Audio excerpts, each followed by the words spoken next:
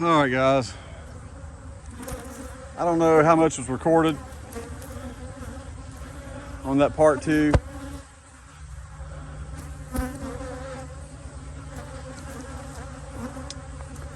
So that's the reason I do these recaps. I came back to the phone and it was turned off. I had plenty of battery, or it's not hot out here. It was sprinkling a little bit, but I had it kind of covered up with a, I had it under some protection, but not a whole lot. So I don't know. And regardless, I'll post what I have. But just to go back through all this, there are 11 hives. All 11 hives are packed full of bees. Some obviously more than others. This hive on the left is the most angry hive. It's very angry.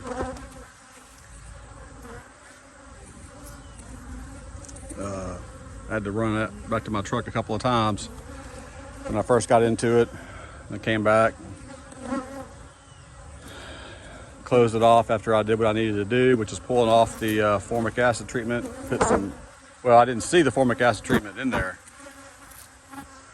Okay, so that's one thing. I didn't see it. I went ahead, put some Pro Winter in there, and worked all the way down to the next 10 hives. I've got 7 supers in the back of my truck. They look like they have quite a bit of honey through them all. So I'm excited about that.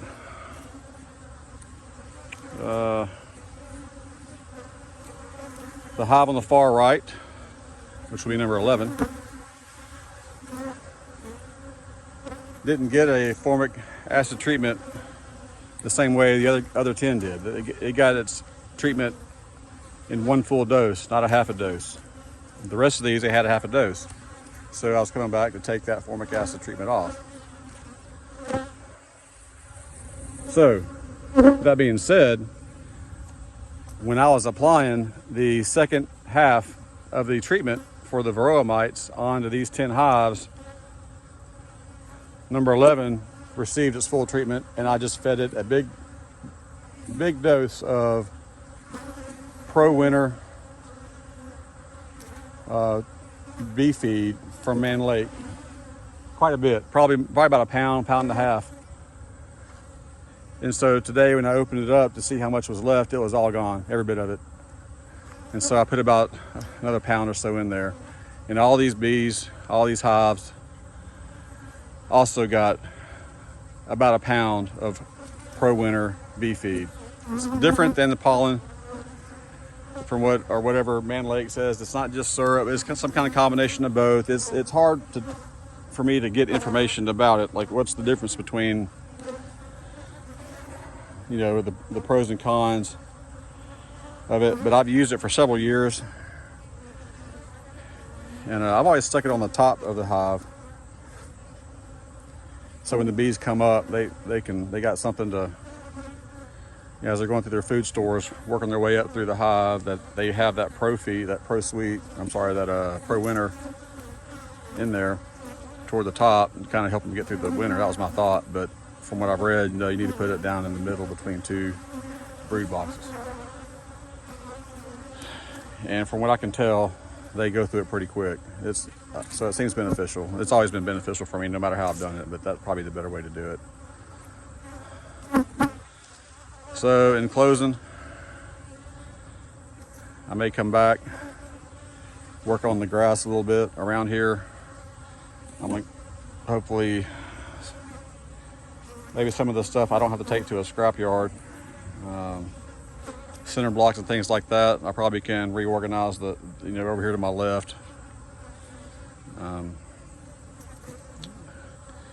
Probably stack the center blocks a little bit where I can actually use it for something else, maybe to expand this apiary a little bit.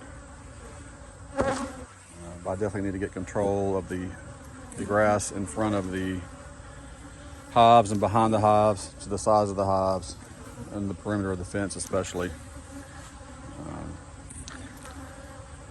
And I'll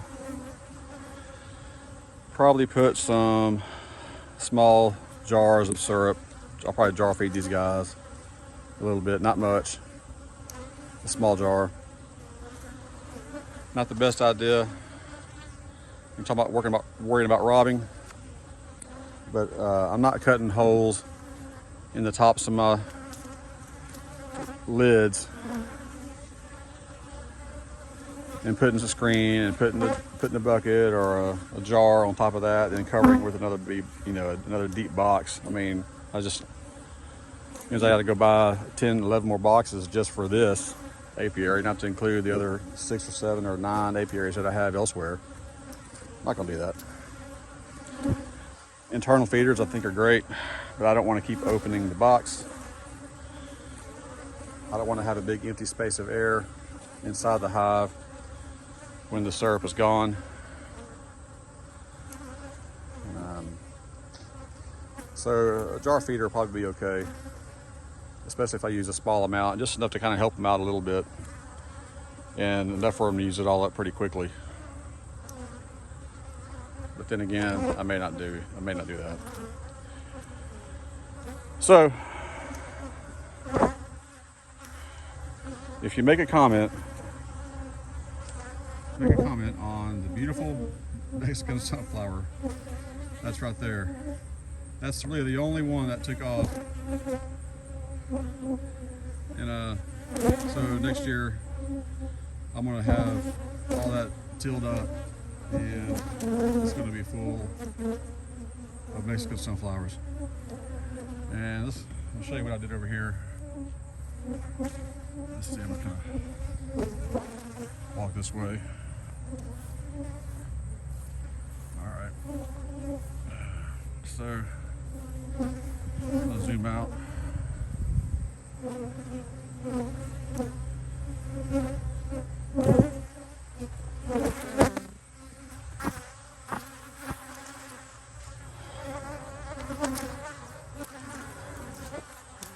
So I stacked the 4 deep on the left, and I had a bee escape on the top of it, so the bees, that got out would get out and leave me alone.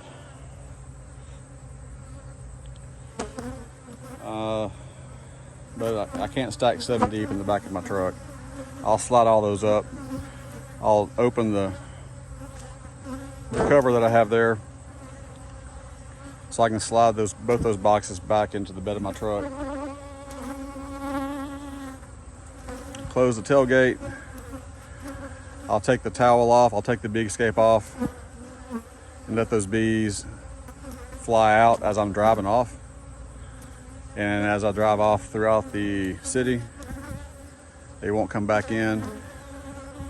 And that way they'll be able to, probably find their way, closer back toward the hive, toward their home, and leave me alone. And I think I'll have a bit of honey to harvest, hopefully tonight.